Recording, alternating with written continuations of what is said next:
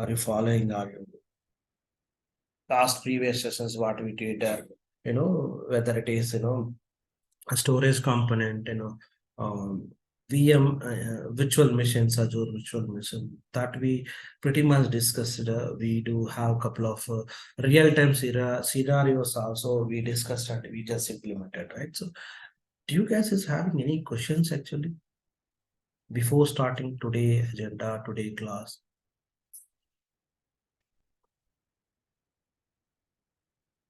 Okay. If you don't have, okay, so I'll take it up as no. Okay, so I'm just starting for this. I Okay, have so one. Sorry to interrupt you, yes, please go ahead. Uday. sir. Aditya. I have a confusion in core. Means how many? Means how will I identify the CPU? Which CPU is will be good or which CPU would not be good? Means 2 core, 4 core, or 8 core. Okay, so which core it is suitable or flexible to deploy any resource like SQL Server, IaaS VM, or Azure SQL, Azure SQL Managed Instance. Is that what your question would be? Yes, sir. Okay, good. So for that one, I'm just giving a high level. Okay, so normally during the migration, we will take the assessment report. Okay, in that assessment report, we let you know that completely the source configuration information. Okay, as I this topic I already discussed, but again I'm just going to repeat. Okay, let's consider about in a source end. Okay, I mean to the on premises. You have 20 cores and uh 60 4 GB RAM is configured. Okay, and the storage is 500 GB.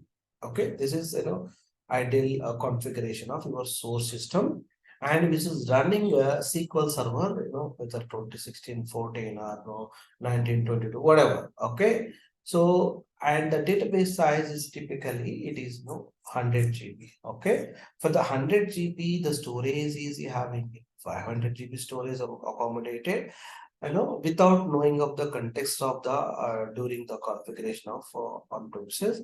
And as I said, 20 cores and 64 GB RAM. Okay, so and when you going to do some assessment on this, assessment report, it will going to typically give this, entire, stack information. So it is not effectively utilizing. Okay, so not even utilizing, no, you identified that is only the 30 to 40% of the resources utilized. Out of 20 cores, it is using, 8 cores, and out of 64 GB RAM, it is using only 15 GB or 20 GB RAM. Okay, and the storage itself, the 500 GB, out of 500 GB, it is using 100 to 150. So this is what you identified in the assessment phase. Okay, now what is the ideal configuration, or to implement the cloud end? That is what your question, right? So in the assessment phase, we have Azure Migrate tool.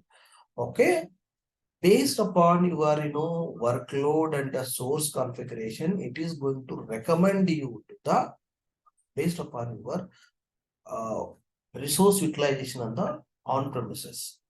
Accordingly, you have to go and deploy, whether it is SQL Server, IaaS VM, or Azure SQL or Azure SQL MI. Okay, so these three flavors it is going to give you. Okay, so hey, this is what it is going to running. You can take this sizing tier of this SQL VM or the Azure SQL MI. So that is going to give the recommendation. Okay, that is the one kind of approach. The other use case, let's consider about the new brand SQL Azure VM or in Azure SQL and Azure SQL MI you want to deploy. This is not existing environment, a new environment. Okay, so as I shown you, okay, there is a multiple question is you have to ask the customer. Okay. So, hey, what is the database size? Okay. So what is it, whether it is, OLTP and the OLAP. Okay. So what are the concurrent connections of users is being, connected. Okay. So how the data growth is going to happen, and, what is, your, RPO and RTO. Based upon these inputs, you would have to decide to what is, ideal configuration to deploy the cloud dance. So let's say the customer is, don't know what is the configuration you deploy, and you are not, you are not, taking a decision making.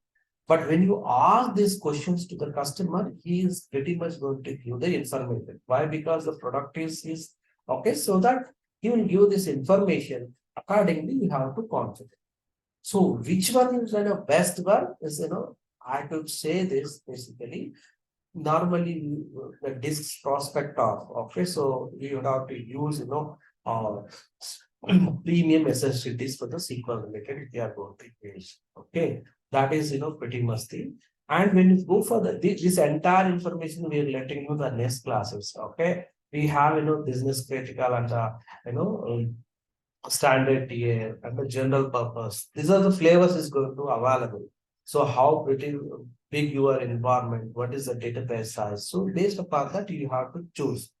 But best option would be, it is all about the customer requirement. When as and when you are going to ask, then it is going to give the inputs, you are going to go the configuration as well as where you have to place that infrastructure as a service and Azure SQL, Azure SQL MI.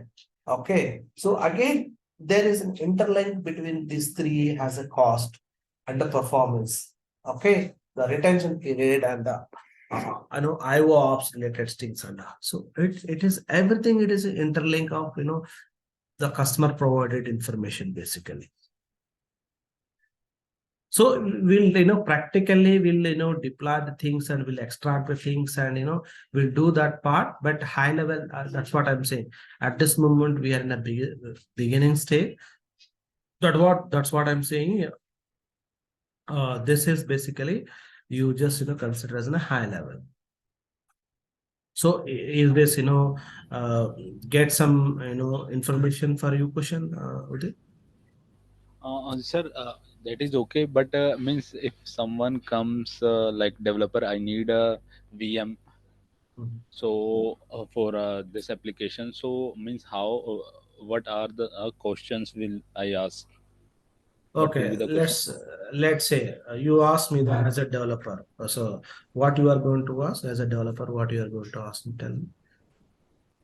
No, no, means if any developer asks me to create a VM, so as a Azure admin, what question should I ask from developer? Means I will ask about the configuration details. Means developer will tell me that this much RAM I need or this much disk I need. Yeah, that's what I'm saying. Okay, if Okay. your developer is going to ask you the deploy a VM, you cannot go and deploy it, right? You will ask the question, hey, for the development purpose, how much storage you require, how much RAM you required, okay? So how much CPU you required.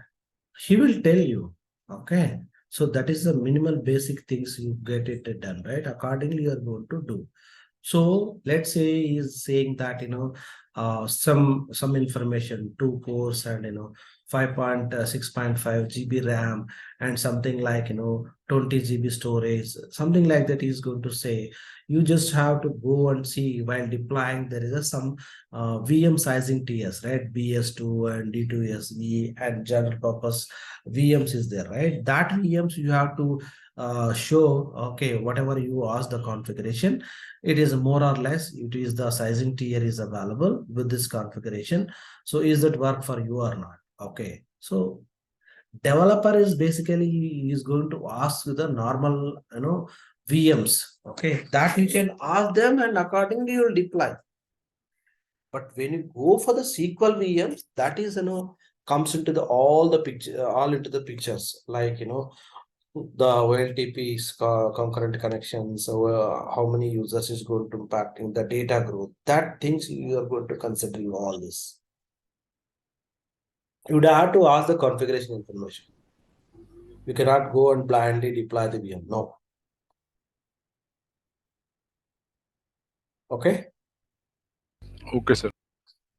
Okay. So the best approach would be when you're trying to deploy VM. Okay. So the sizing tier perspective. Okay. So if you can go and see here. Okay. So for the SQL related and whatever you want to go and deploy, it is going to show you this, images, right? The sizing tier images. Let's see this, all images information over here.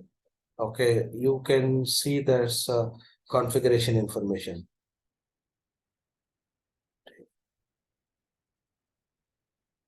Yeah, the sizing tiers. If you could see this, standard one, standard series and recommendations. So it's based upon your, they're going to ask you basically the general purpose one we have. Memory optimize also we do have this. There is an E2 series. Let's say if you are going to use for your application is more into the CPU related. So you can go and take the B series related stuff.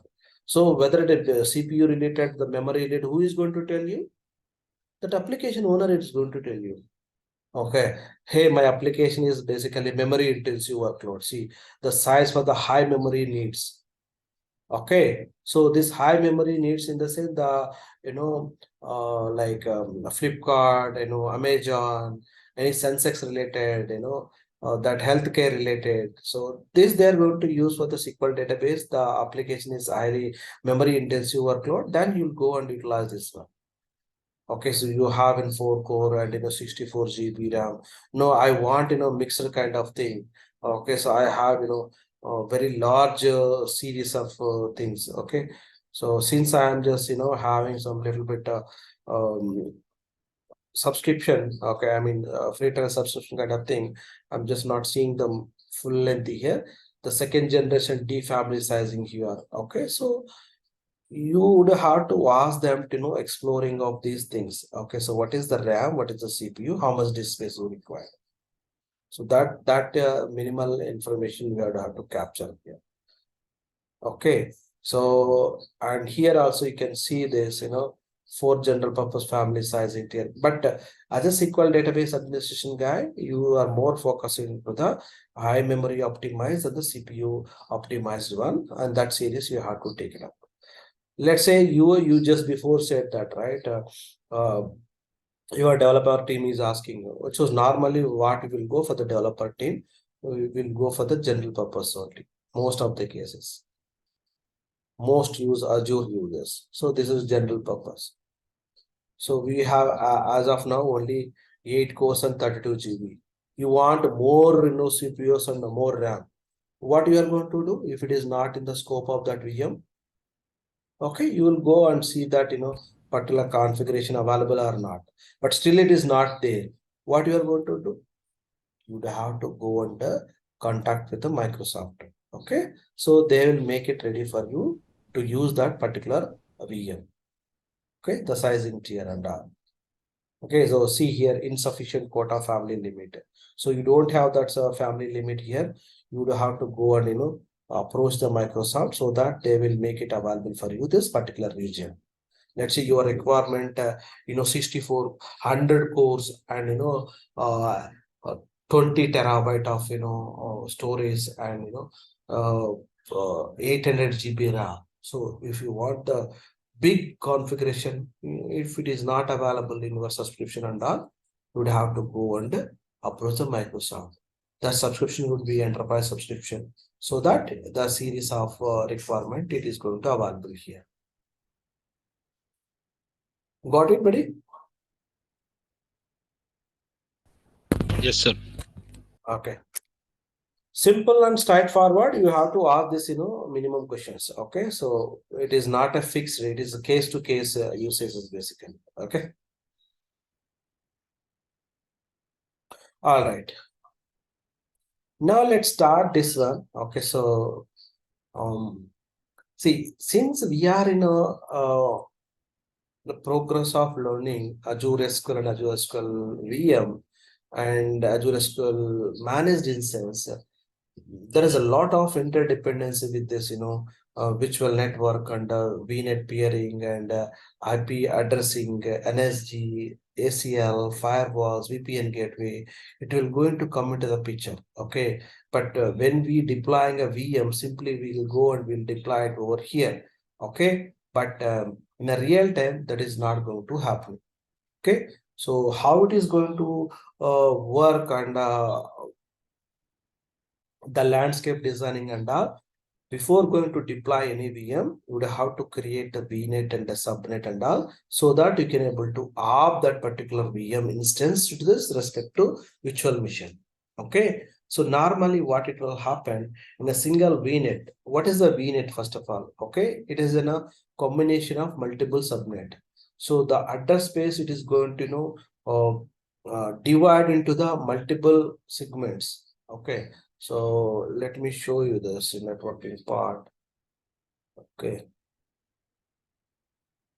See, you can see this here. Azure Virtual Network is, a representation of own network in this, cloud, and a logical isolation of the, Azure cloud, delegating to your subscription. Okay. So what I want to tell is basically you have, subscription. Okay. It is in a isolate of your entire network. Okay, so for that is for dedicated network for entire subscription, or you are going to use that particular project and all. Okay, so it is going to divide into the multiple segments, subnets. Okay, so what I'm trying to say basically here is your in organization. So every organization network is the main backbone thing. Without network, you cannot able to move forward. First and foremost step, you'd have to know your entire network scope. Otherwise, nothing it is going to work for you. Okay. So now in the cloud landscape, we will call it as in a VNet. Okay. So this VNet, we are going to maintain some limited, let's say your organization. Okay. So organization have 100 employees at this moment. Okay. Okay. So now down the line, you are getting some, next 5 years and all, you have, expected thing is, 5,000 employees. Okay. So what you will do, no? So as a, enterprise organization, you would have to, expect this growing of your organization. That aspect you have to build your VNet. So you to build in a VNet and all, we have IP address spaces. Okay, so we have address spaces like class A, class B, class C. Okay, so this class A, class B, class C for the private network configuration we can go and utilize. Okay, so when you try to create a VNet, you are letting know. So this VNet, so let's say you are going to take as example of 10.10.0.0 series. Okay, so let's say 20 for subnet mask. Okay, so and for this it is going to give some sort of 5,000 IPs. Okay, this IP you are going to accommodate your VMs. Okay, so our laptops.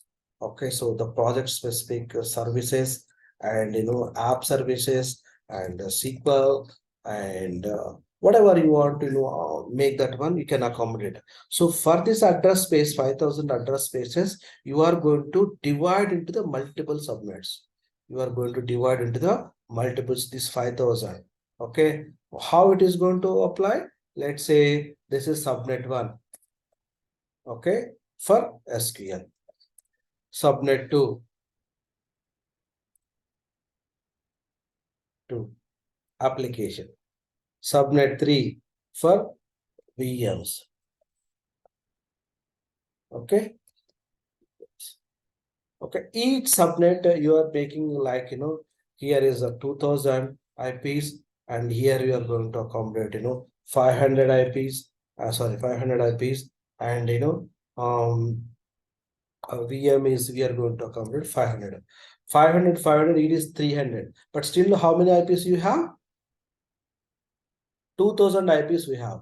So next downline next year, you are going to make one more subnet on this one. You are going to use the particular service actually. So this is what logical segmentation of the subnets, logical segmentation of the subnet. That's what it is referring. And Azure Virtual Network is a representation of your own network of your organization, that is cloud landscape, logically isolated of your cloud dedicated to your subscription. So each VNet you create it has an OCID other block, and it can be limited to the other VNet. So our organization along with the CIDR blocks. What is the CIDR blocks actually? Just before I have given /20, right? This is a CID classless inter-domain routing, we may call it as. Okay, so this is network related stuff. So by using of this CIDR notation, we'll go and utilize accommodate 5000 IPs, and for that IPs we are going to do some subnets, and we are attaching this one. This is a main basic building block of creating of your infrastructure organization level. Post that, we are going to do some all the resources and all. Okay, so just wait a minute, I'm just going to have to connect. Okay, there is some charging is blinking. Okay, so just rejoin. Okay.